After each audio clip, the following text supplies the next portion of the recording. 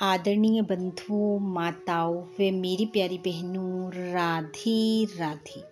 आपका हमारे इस YouTube चैनल पर बहुत बहुत स्वागत है। बंधुओं, आज हम इस वीडियो में माघ महात्म का दूसरा अध्याय सुनेंगे, जिसे सुनने सुनाने से भगवान श्री हरि की कृपा से मनुष्य को प्रत्येक कार्य में सफलता मिलती है। वे जीवन में उन्नति के रास्ते खुलते चले जाते हैं। महात्म सुनने के बाद यदि आप हमारे चैनल पर नए हैं तो कृपया हमारे चैनल को सब्सक्राइब करें, बेल आइकन को प्रेस करें ताकि हमारी वीडियो के नोटिफिकेशन सबसे पहले आप तक पहुंचे। वीडियो को शेयर व लाइक भी जरूर करें।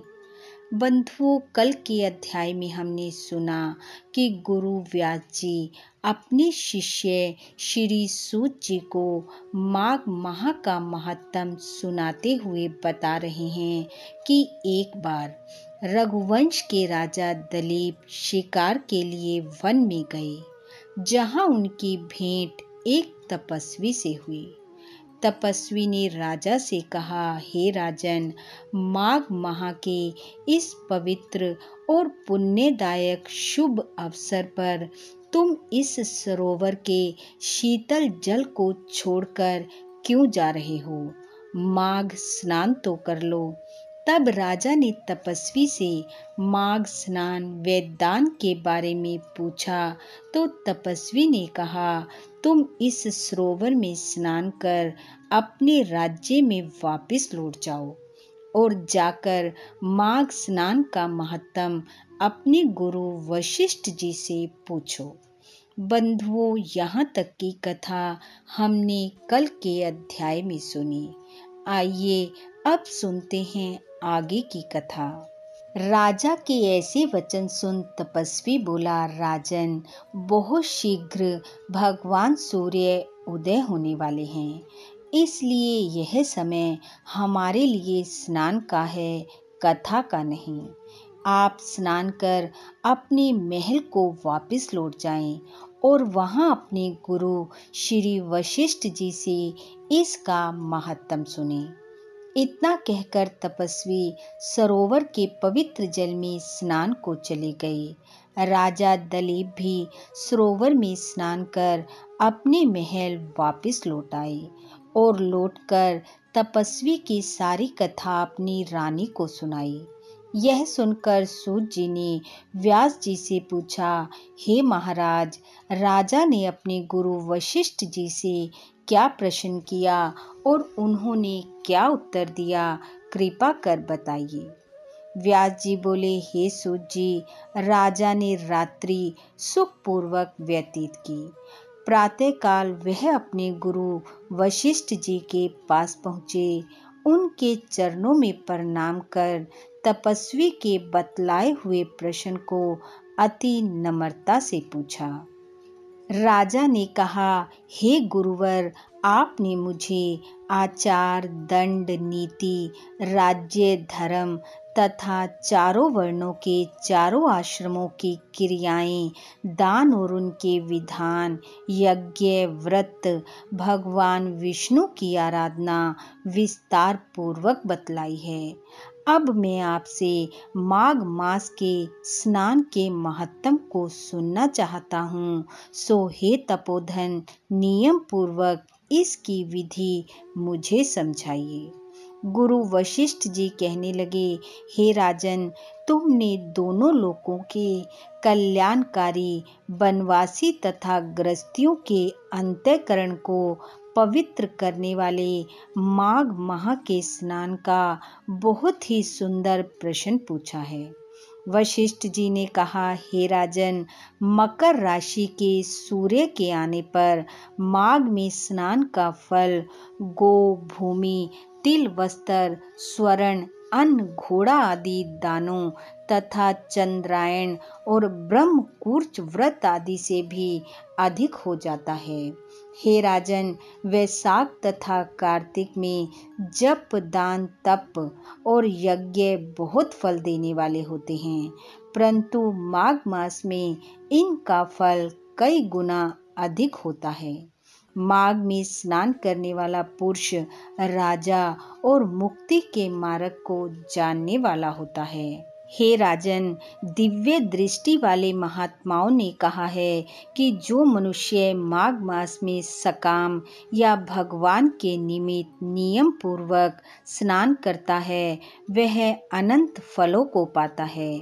उसको शरीर की शुद्धि, प्रीति, ऐश्वर्य तथा चारों प्रकार के फलों की प्राप्ति होती है। माघ स्नान कर अदिति ने 12 वर्ष तक मकर संक्रांति में अन्न त्याग कर स्नान किया। इससे तीनों लोकों को उज्जवल करने वाले 12 पुत्र उसने प्राप्त किए।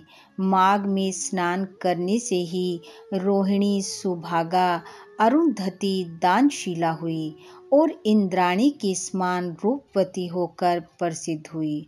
जो माघ माह में स्नान करते हैं तथा देवताओं के पूजन में तत्पर रहते हैं, उनको सुंदर स्थान, हाथी और घोड़ों की सवारी तथा दान पुण्य करने वाले धन की प्राप्ति होती है। उनका घर अतिथियों से सदा भरा रहता है। उनके घर में सदैव वेद ध्वनि होती है। वह मनुष्य धन्य है जो माघ माह में स्नान करते हैं, दान देते हैं, व्रत और नियमों का पालन करते हैं, भगवत कथाओं का श्रवण करते हैं, माघ महत्तम को सुनते हैं। वशिष्ठ जी बोले, हे राजन, दूसरे पुण्यों के क्षीण होने से मनुष्य स्वर्ग से वापिस आ जाता है, परंतु जो मनुष्य माघ माह में स्नान करता है वह कभी स्वर्ग से वापिस नहीं आता। इससे बढ़कर कोई नियम, तप, दान पवित्र और पाप नाशक नहीं है। एक बार भृगु जी ने मणि पर्वत पर विद्याधरों को माघ महत्तम सुनाया था। तब राजा ने कहा कि ब्राह्मण भृगु ऋषि ने कब मणि पर्वत पर विद्याधरों को यह उपदेश दिया था, सो कृपा कर मुझे बतलाइए। तब वशिष्ठ जी कहने लगे कि हे राजन, एक समय 12 वर्ष तक वर्षा न होने के कारण सारी प्रजा भूखमरी की शिकार हो गई। अकाल पड़ गया। हिमाचल और विंध्याचल पर्वत के मध्य का प्रदेश निर्जन होने के कारण श्राद्ध, तप तथा स्व अध्याय सब कुछ छूट गए। सारा लोक विपत्तियों में फंसकर प्रजाहीन हो गया। सारा भूमंडल फल और अन्न से रहित हो गया। तब विंध्याचल से नीचे बहती हुई नदी के सुंदर वृक्षों से आच्छादित अपने आश्रम से निकलकर श्री भृगु ऋषि अपने शिष्यों सहित हिमालय पर्वत पर गए। इस पर्वत की चोटी नीली और नीचे का हिस्सा सुनहरी होने से सारा पर्वत पीतांबरधारी श्री भगवान के समान लगता था। पर्वत के बीच का भाग नीला और बीच बीच में कहीं कहीं सफेद स्फटिक होने से तारों से युक्त आकाश जैसे शोभा को प्राप्त होता था। रात्रि के समय यह पर्वत दीपकों की तरह चमकती हुई दिव्य औषधियों से पूरित किसी महल की शोभा को प्राप्त होता था। वह पर्वत शिखाओं पर बांसुरी बजाती और सुंदर गीत गाती हुई किन्नारियों तथा केले के पत्तों की पातकाओं से अत्यंत शोभा को प्राप्त हो रहा था। वह पर्वत नीलम, पन्ना, पुखराज तथा इसकी चोटी से निकलती हुई रंग बिरंगी किरणों से इंद्रधनुष के समान दिखाई देता था। स्वर्ण आदि सब धातुओं से तथा चमकते हुए रत्नों से चारों ओर फैली हुई अग्नि ज्वाला के समान शोभायमान था। वशिष्ठ जी कहने लगे, हे राजन, इसकी कंदराओं में काम पीड़ित विद्याधरी अपने पतियों के साथ आकर रमण करती थी। गुफाओं में ऐसे ऋषि मुनि जिन्होंने संसार के सब कलेशों को जीत लिया था, रात दिन ब्रह्मा का ध्यान करते थे और कई एक हाथ में रुद्राक्ष की माला लिए हुए शिव की आराधना में लगे रहते थे। पर्वत के नीचे भागों में जंगली हाथी अपने बच्चों के साथ खेला करते थे तथा कस्तूरी वाले रंग बिरंगे मृगों के झुंड इधर उधर भाग रहे होते थे। यह पर्वत सदा राजहंस और मोरों से भरा रहता था।